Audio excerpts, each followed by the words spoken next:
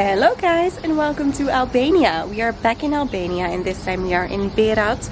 We took a taxi, then bus, then taxi to get here from Tirana, which took about 3 hours.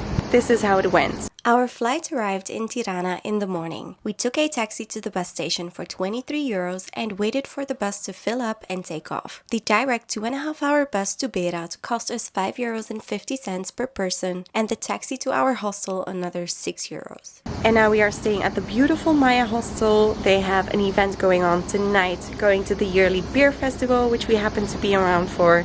Tomorrow we want to see the canyon, so we are going on a tour with them, and then after that we are going to visit the wine farm and having a little tasting there as well. Very excited for the food around here, which looks amazing as well. We are getting closer to Greece, which is my favorite cuisine, and we are now going to grab some lunch first and then going for a stroll through the old town. Let's go!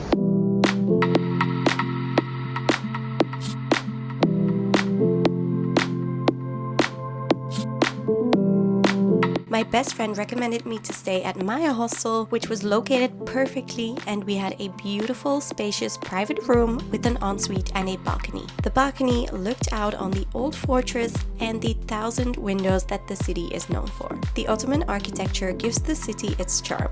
The river Osumi runs along the hills, splitting the old town in half, and bridges connect both sides. It's fun to move between the areas, wandering the charming cobbled streets.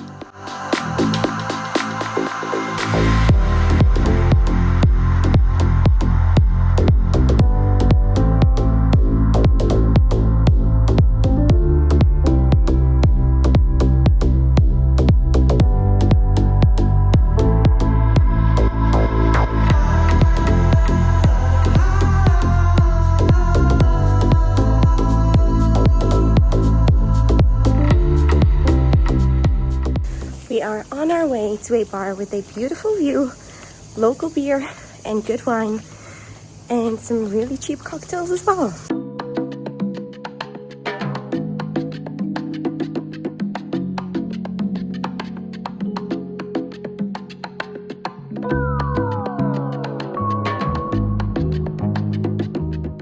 In the evening, we walked up to the beer and wine bar for some drinks at golden hour. Manu went for the beer tasting of 10 euros and I got my favorite summer drink, a Hugo Spritz, followed by a fruity IPA and an Aperol. We then made our way down towards the water to have dinner at Shimitiku Grill, where we devoured a mixed grill platter before heading into town for the beer festival.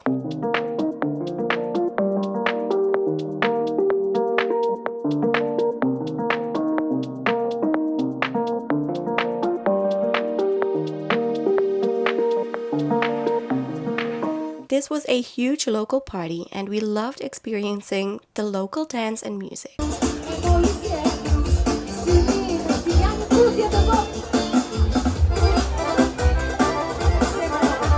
On our way back to the hostel, we ran into the sweetest doggo on the bridge and went to bed early because the next day we woke up to a lovely local breakfast in the hotel. Today we are going to the Osumi Canyon, so we are bringing our swimsuits and some dry clothes, and it's gonna be a very wet adventure. I just hope it won't be too cold. As you could barely hear me over the birdies here, we were picked up at the hostel and taken to the Osumi Canyon, about an hour and a half away. But we had another stop to make first. Our first stop of the day is going to be the waterfall. We are walking for about 15 minutes, I think, to reach it, just following the cows, the local herder. And apparently the waterfall is very cold. So we'll see if we will go for a spin. I'm not so sure. We were surrounded by local cattle on our way to the Bogove waterfall. We followed the water upstream and arrived at this stunning crystal clear waterfall.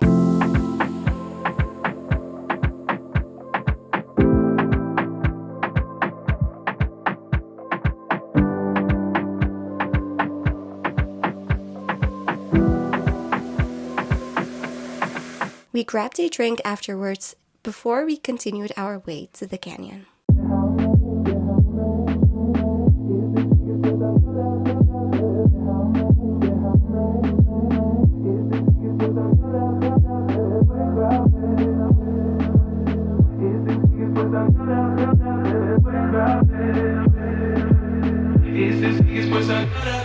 After admiring the canyon from above at the viewpoint, we then had a small lunch before the adventure began. We got suited and booted and quite literally were thrown into the canyon by our local tour guide.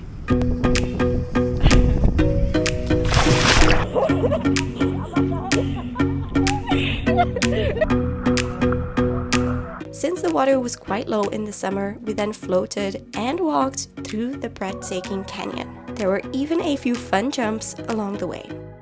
No, I've been pushing myself with my feet on the ground now because I felt like I wasn't going anywhere. A local dog followed us as far as she could. She was so cute, but we didn't bring any food. From what we saw though, stray animals seem to get taken care of very well in Albania.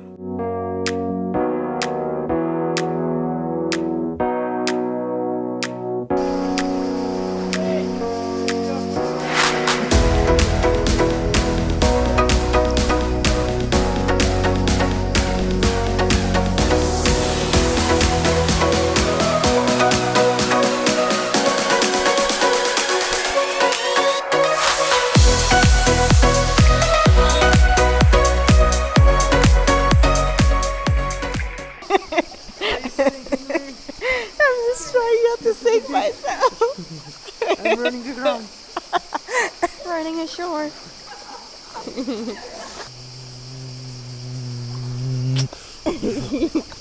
That was amazing. So beautiful, so peaceful.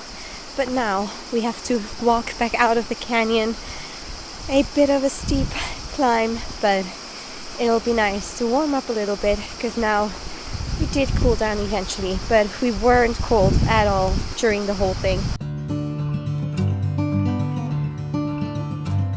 Once we made it out of the canyon, they had some raki shots waiting for us before we started driving back into town. Kuzua? Kuzua.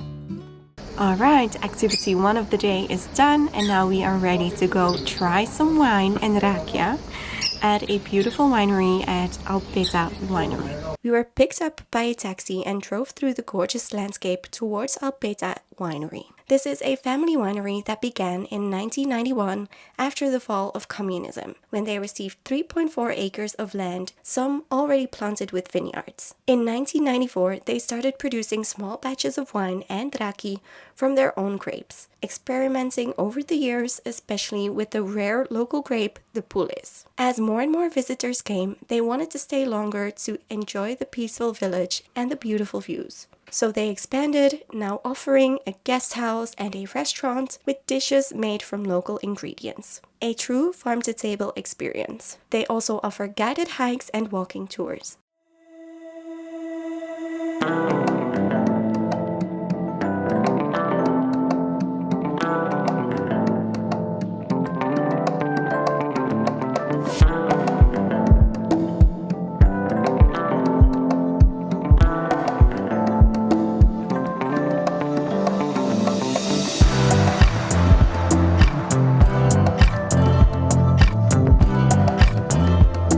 We went for the wine tasting, which included 3 wines, some local snacks and lots of raki after being guided around the estate.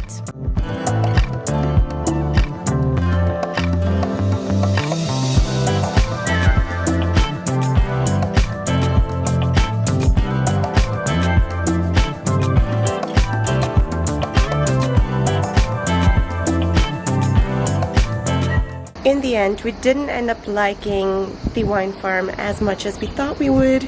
People said, oh, they pour so much, like you'll get back drunk, whatever. That was not the experience we had. We felt like we barely got a pour of the wine each time, and we were the first in line, so we would just finish it, and by the time they did the whole table, we would get another pour, because it was just so little. We walked away there not even tipsy, which was kind of what we were expecting. It is a beautiful location though. really beautiful, but all the tables were full of Dutch people, which I do understand, but Manu doesn't. So they were constantly speaking in Dutch and we were very kind of excluded. In the end, we did manage to kind of cut into the conversation and it shifted to English a bit more, but yeah, that wasn't very nice. Yeah, and then the rakia, I'm not a big fan of. They do pour a lot more of that, but I don't know. So we weren't very impressed. Afterwards, we actually had to go grab a kebab still, because no food is included, but it's from 6 all the way to 9 or 10-ish. So yeah, we did go for a drink at the bar up there and another kebab down here. And now we are checking out, but there's still one thing I want to do, and that's grabbing a glass of wine from that hole in the wall and probably have another kebab before we make our way to Girokastir. Or well, it's actually Pita Giros. So we are saying goodbye to the Maya Hostel, checking out after another lovely breakfast, and yeah, off to the next place. We had one last pita gyros and walked to the hole in the wall to grab a glass of wine, but unfortunately the staff was napping. We then headed to the bus station for the daily bus to Girokastir. I hope you enjoyed this video. If you did, give it a thumbs up. And if you want to see what more we get up to in Albania, then definitely subscribe and hit the notification bell so you don't miss out on any of the next videos. And then I hope to see you in the next video. Bye!